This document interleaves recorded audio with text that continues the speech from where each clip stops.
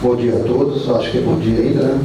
Meu nome é Luiz Afonso, eu sou auditor do TCU e estou há 10 anos já com o ministro Nardes, desde 2009, né, ministro? Já é muito tempo. E eu vou repassar com os senhores agora alguns aspectos importantes da política de governança pública. Acho que depois da fala brilhante da Patrícia, talvez até nem precisasse falar, porque ficou muito claro para todo mundo o quão é importante ter uma política de governança pública em um Estado, e o GDF sai na frente de todo mundo com a primeira política de governança lançada no país. Antes de entrar na apresentação, eu vou também fazer umas perguntinhas como o ministro Nardes fez, né? Então eu queria que todos usassem o celular aí, para a gente fazer uma enquetezinha aí sobre algumas questões. Primeira questão. Você conhece os dispositivos do decreto 9203 de 2017?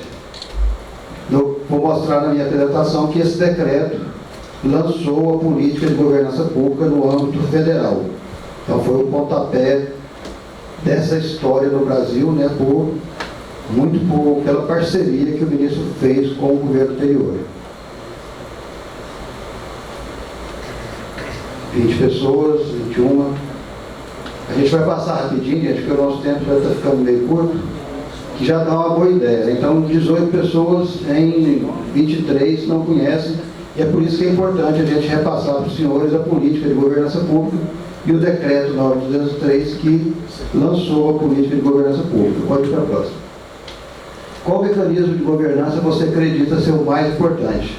Então, ali no começo nós tivemos aquela nuvem de palavras, vamos ver daqueles 3 mecanismos quais que a gente considera o mais importante, mas eu já destaco para todo mundo que não tem o mais importante, né? A gente tem na nossa cabeça aqui que é, num momento, o mais importante, mas a governança é a composição desses mecanismos.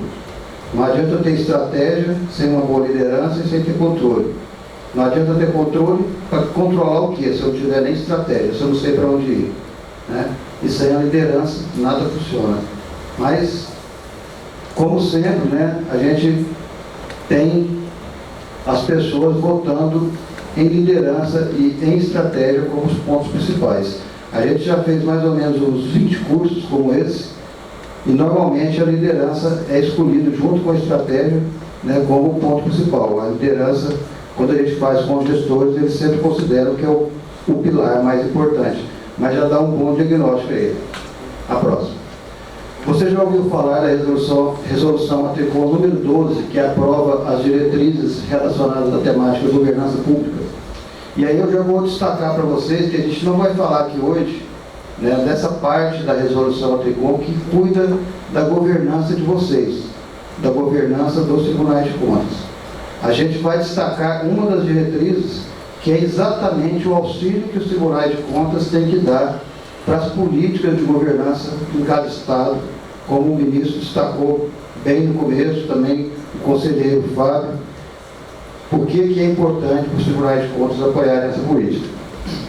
Então, vamos cumprir o objetivo aí, como quase ninguém conhece o decreto e ainda tem gente que não conhece a resolução, a gente começa a nossa exposição.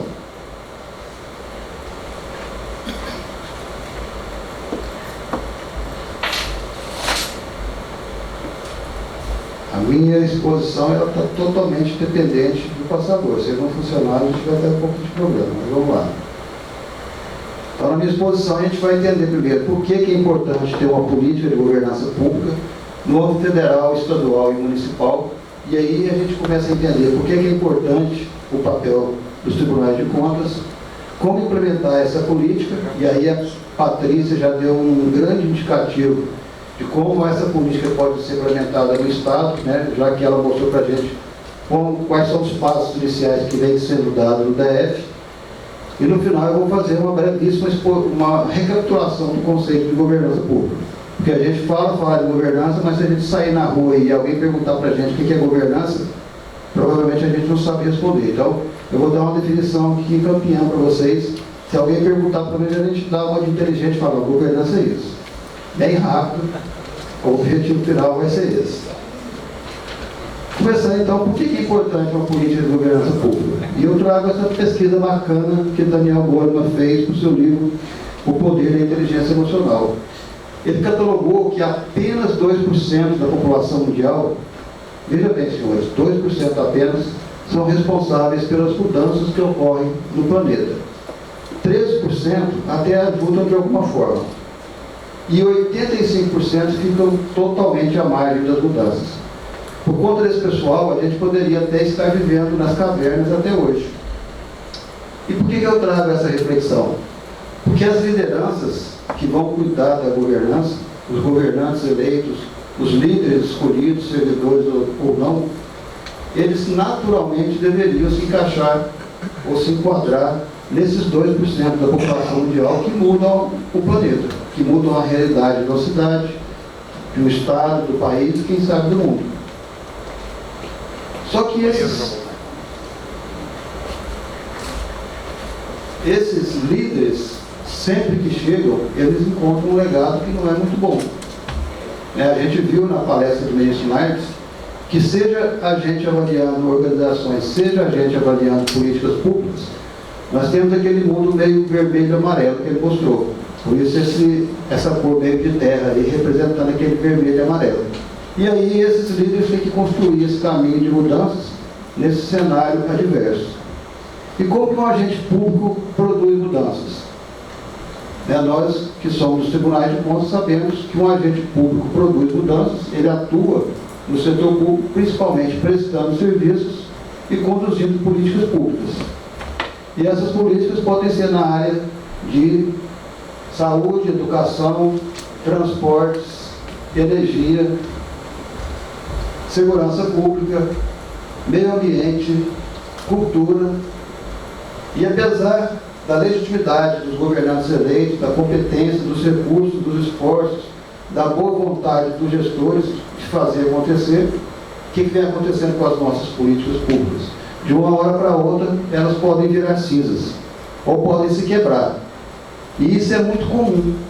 O ministro Nardes mostrou aquele quadro para vocês do conjunto de políticas públicas avaliado pelo TCU.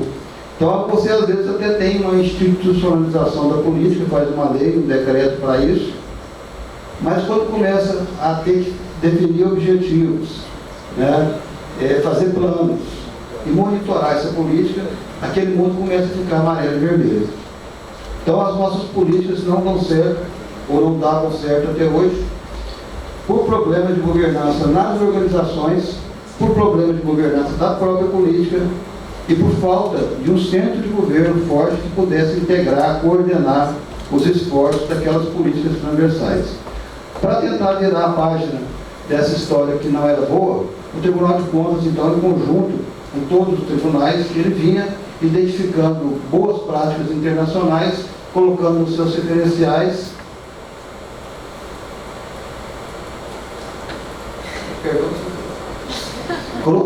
referenciais e fazendo recomendações e determinações para os gestores. Não é isso? A gente, juntos, nos trabalhos que a gente fez no meio ambiente, fizemos educação, fizemos nas obras agora inacabadas, fizemos em diversos trabalhos. E a gente vinha determinando e recomendando para os gestores que seguissem essas práticas internacionais. Só que os gestores estavam sozinhos nessa empreitada. Faltava do seu próprio líder, do governo, um direcionamento para que essas boas práticas realmente fossem internalizadas no seio da administração. Então, aqui eu já repito aí a diferença entre governança e gestão, que o ministro fez a pergunta na apresentação dele. A governança, ela direciona, monitora e avalia. E a gestão faz o PDCA. Então, no final, quem faz tudo na gestão pública é o gestor. O governante não faz, ele direciona e verifica se aquilo está sendo bem feito, monitorando a tempo e a hora. Então, em termos de governança, faltava essa estratégia clara do governo para que os gestores cumprissem essas boas práticas internacionais. Por isso que, em muito boa hora, em novembro de 2017, o governo anterior lançou a política de governança no âmbito federal. E a partir de agora, então, a governança tem que ser vista como mais uma política. E como a política tem que ser enxergada em todo esse ciclo que começa identificando o problema, incluindo esse problema na agenda pública, debatendo alternativas de solução para aquele problema, até efetivo lançamento. No caso da governança, o Tribunal de Contas, os tribunais de contas do Brasil, eles contribuíram sobremaneira para trazer um grande diagnóstico da má governança brasileira. Então, o governo federal, quando ele lançou a política dele, ele já ganhou isso de graça. Esse grande diagnóstico a gente já tinha feito. E essa palavra governança foi incluída na agenda pública, também por disseminação dos tribunais de contas. O ministro Nardes, quando foi presidente, só ele falou para mais de 40 mil gestores em todas as unidades da federação. E em 2017, por determinação do ministro, eu coordenei um trabalho no TCU, que continua um conjunto de propostas de alternativas de solução numa minuta. A gente usou a lei americana de governança, a lei australiana e o normativo alemão, além de todas essas boas práticas que estavam nos nossos referenciais.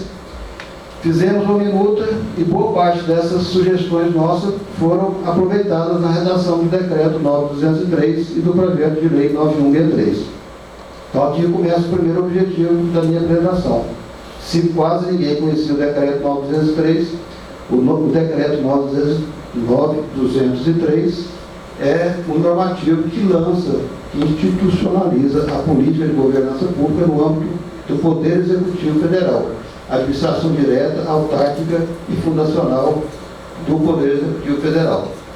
No mesmo dia que assinou o decreto, o presidente anterior remeteu ao Congresso um projeto de lei para estender essa política para os demais poderes da União e para estados e municípios. Então, quando ela for aprovada, quando o projeto de lei for aprovado, todos os estados e municípios serão obrigados a ter os mesmos dispositivos de governança que hoje o governo federal tem e que hoje o DF tem, porque o DF saiu na frente. E a lei, na forma como ela foi concebida, ela fala assim: ela vale para estados e municípios, naqueles estados e municípios que já não tiverem a sua própria lei de governança. Então, se o estado fizer primeiro, ele não fica à deriva dessa lei federal também. Para essa política de governança ser vencedora, tem dois pontos fundamentais, e entra um pouco o papel da gente.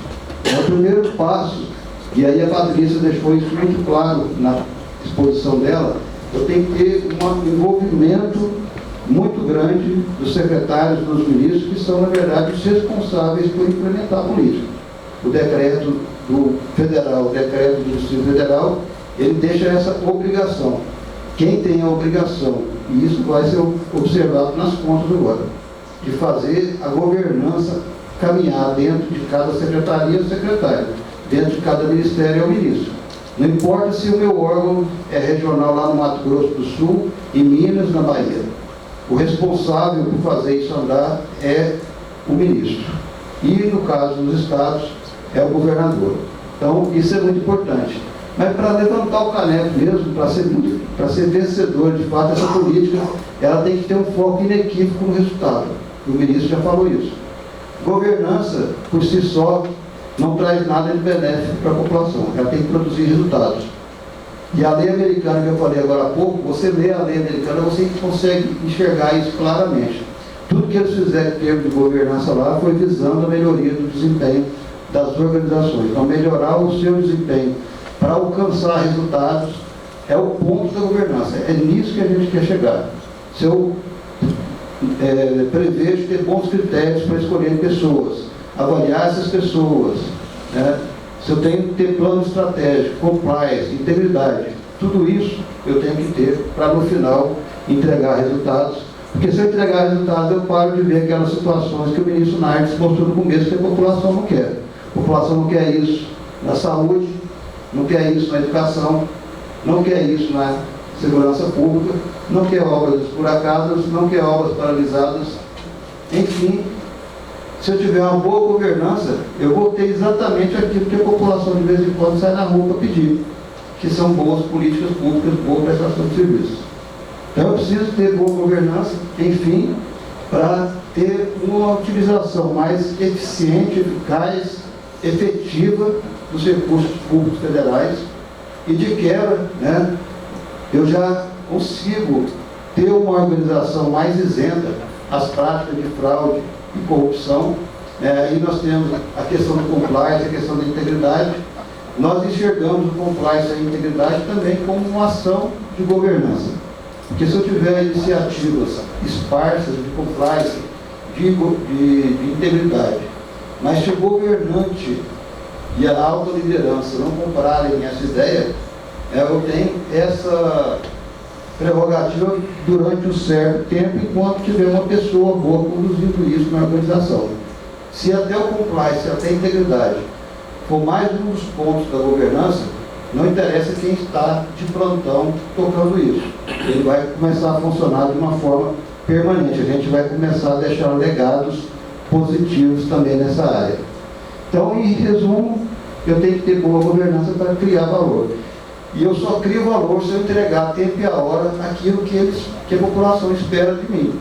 De cada ministro, de cada secretário, governador, presidente e assim por diante. É assim que eu crio valor.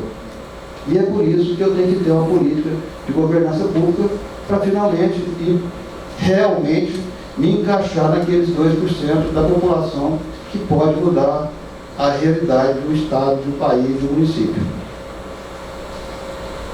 E os tribunais de contas? Essa apresentação a gente faz com os gestores. E a gente? O que a gente tem a ver com isso? Nós não governamos. Nós não somos. Todo mundo, de vez em quando, critica a gente por querer ser gestor, querer governar. Nós não governamos, mas nós fazemos parte, e isso é muito importante todo mundo começar a internalizar, nós fazemos parte da governança. Nós somos uma instância externa da governança. Então, o ato de governar bem só vai bem numa república se tiver controle. Controle, atribuição do legislativo, mas com atribuições claras, cristalinas, para os tribunais de contas. Então, se os tribunais de contas não entrarem nessa luta pela boa governança, a coisa não funciona. E o ministro Nardes deixou isso muito claro.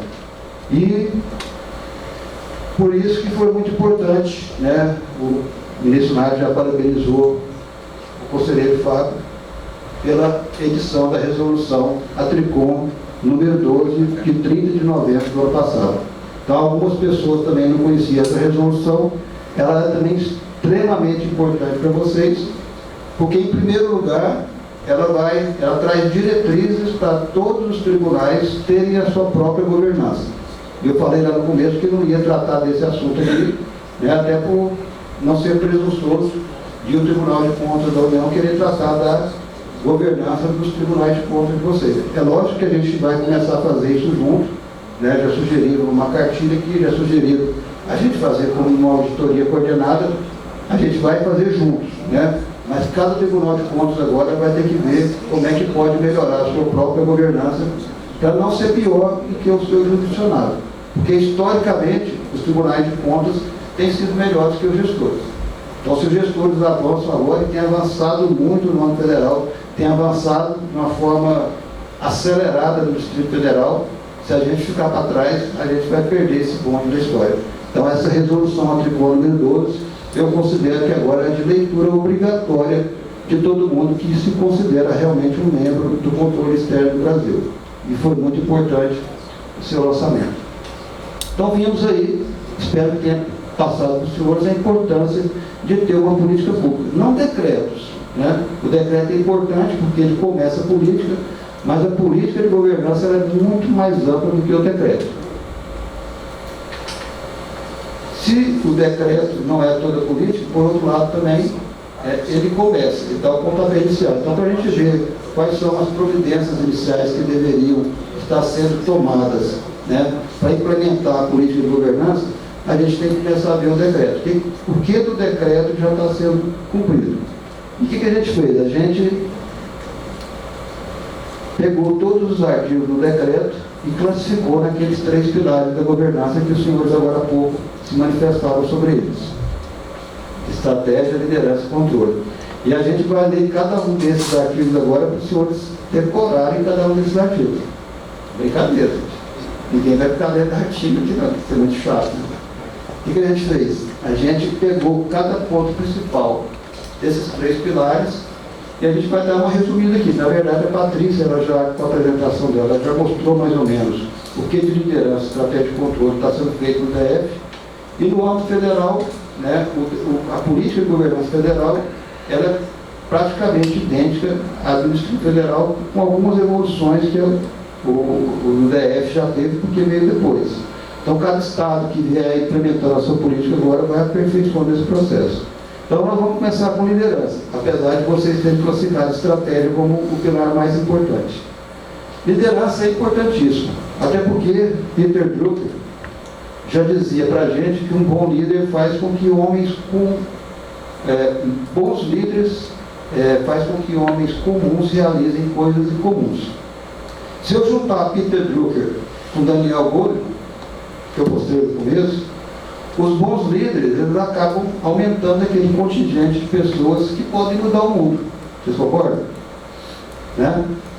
Então, se o líder for bom, além dele mesmo se enquadrar nos 2% da população que está mudando a realidade do Mato Grosso, da Paraíba, do Rio Grande do Sul, ele traz toda a sua equipe junto. Então, aquele contingente passa a ser 3, 4, 5, 10%, se o líder for bom.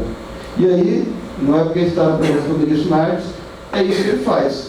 Quando é que a gente poderia estar aqui, de alguma forma, também alterando a realidade do país, né? É porque ele permite, ele faz essa liderança. Então, se a liderança for boa, toda a equipe dessa liderança acaba tendo condições de alterar a realidade do mundo, né? Para facilitar esse papel da liderança, o decreto ele traz alguns artigos, traz princípios, diretrizes de liderança, mas traz duas estruturas importantíssimas que a Patrícia já falou, que é o Conselho, no caso federal, o Conselho Interministerial de Governança. No caso do DF, eles tiveram outro nome, é o Conselho de Governança, mas a função é a mesma. Esse Conselho Interministerial, formado pela Casa Civil, Ministério da Economia agora, da Área de Planejamento e Fazenda, e a CGU, qual o papel dele? Auxiliar o presidente da República na implementação da governança e no sucesso das prioridades governamentais. Eu já acompanho os resultados do governo federal já desde Fernando Henrique Cardoso. E eu sempre fui muito crítico com relação à forma como o governo acompanhava os resultados. Eles sempre queriam acompanhar tudo e acabavam não acompanhando nada. Então, a governança, na forma como ela está desenhada agora, ela vai distinguir claramente o que são prioridades e o que são coisas importantes. E cada um cuida da sua parte, e a gente vai ver como daqui a pouco, né? Então, além daquele comitê interministerial que assessora o presidente, dentro de cada ministério, tem um comitê interno de governança, e assim também tem que funcionar nos estados, como a Patrícia mostrou, o GDF já começa a ter os seus comitês internos, que assessoram o secretário, no caso dos estados, a implementar todas essas boas práticas de governança e, no final, melhorar contínua e progressivamente o resultado de cada pasta. E, fundamentalmente, alcançar os resultados previstos. Aliás, nem os previstos, eles começam a alcançar os resultados que a população espera de cada pasta. Porque hoje em dia, tem secretário que nem resultado previsto tem. Então, como eu disse no começo, no fundo, governança só faz sentido com resultado. E aí eu mostro, então, esse esqueminha aqui de como começa a funcionar a apuração de resultados com o esquema da governança. E aí eu poderia, né, essa para mim é a lâmina mais importante da exposição, viu, gente? Porque é isso para mim que pode mudar realmente a realidade do Brasil. Se a gente começar realmente a dar a importância devida aos resultados que a gente fala que vai produzir, né? Então, dentro de cada secretaria, no caso dos estados, aí eu vou mostrar os estados por causa dos tribunais de contas, né? Dentro de cada secretaria é composto um comitê interno. E ele tem o papel de cuidar dos seus próprios resultados. Então, o secretário da Educação cuida dos resultados da educação. Mas, além disso, ele cuida daquilo que é prioridade do governo que está na pasta da educação. E aí ele cuida de uma forma diferenciada.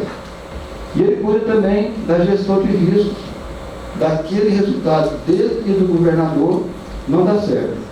E ele tem que informar automática e periodicamente para o governador como é que está o andamento disso, o resultado das prioridades. Inclusive, um plano para alcançar os resultados que não estão dando certo. No caso da lei americana, que eu falei para os senhores, eles são ainda muito mais rigorosos.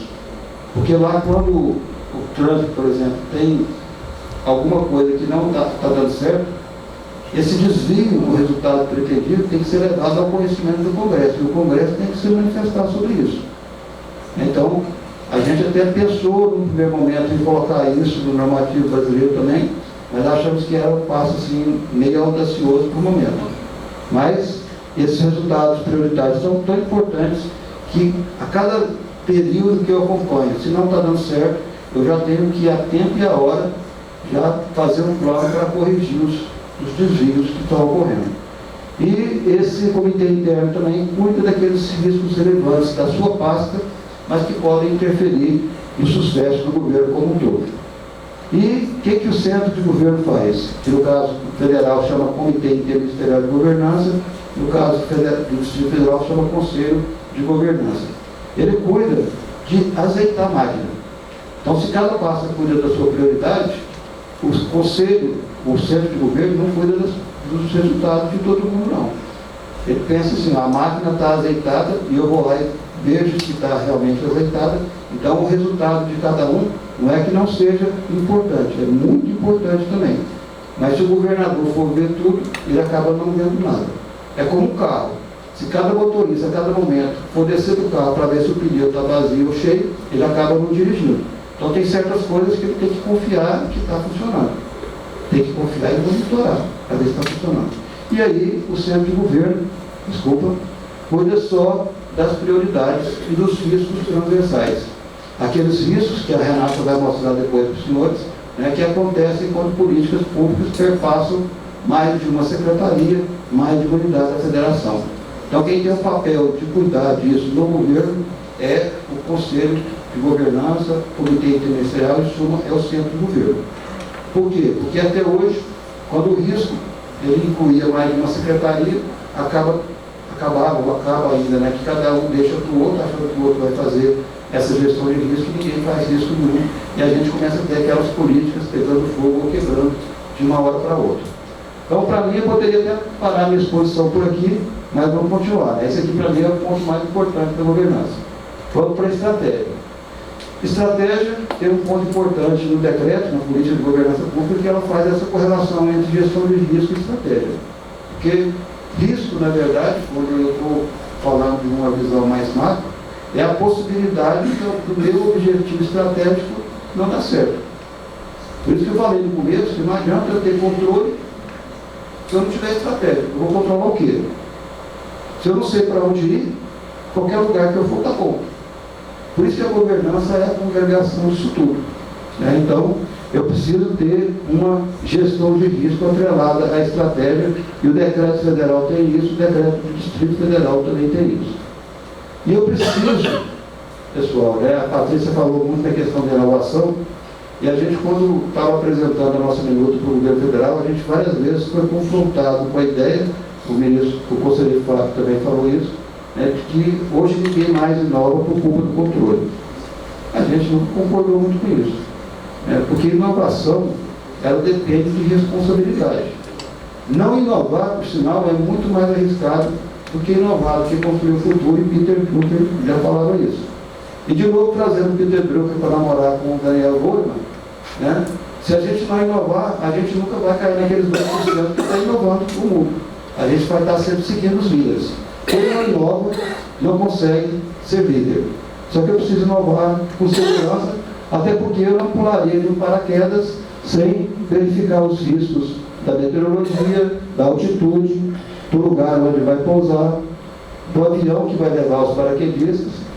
E, fundamentalmente, gente, eu não pulo de um paraquedas, eu não inovo sem ter o paraquedas reservas.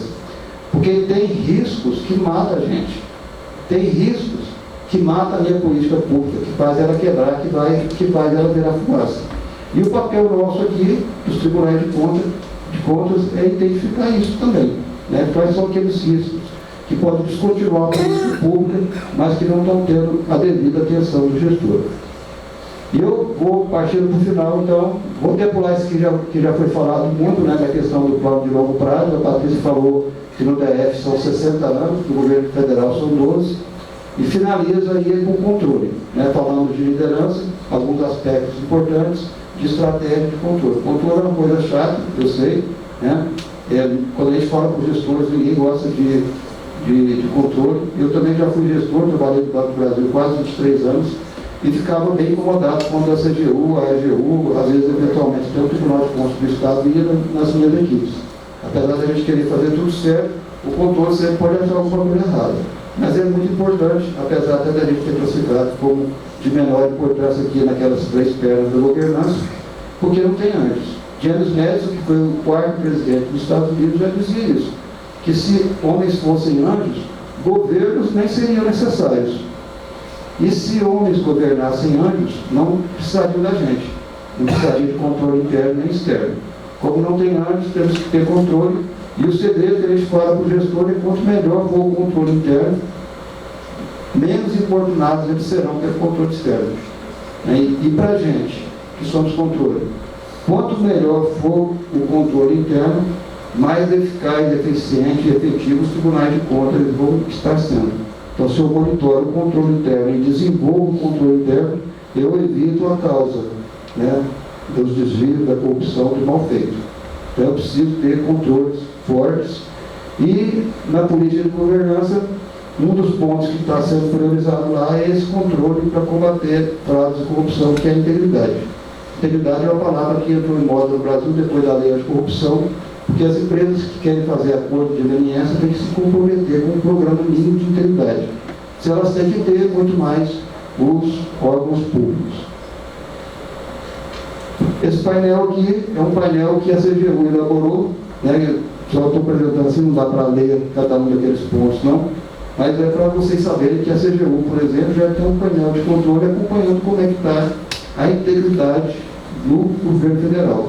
Então, eles estão com um programa sério, estão implementando realmente a integridade em todas as organizações, e eles começam a acompanhar dentro de cada etapa desse plano de ação para ter uma integridade, como é que está o andamento, e isso está disponível na página deles lá para todo mundo.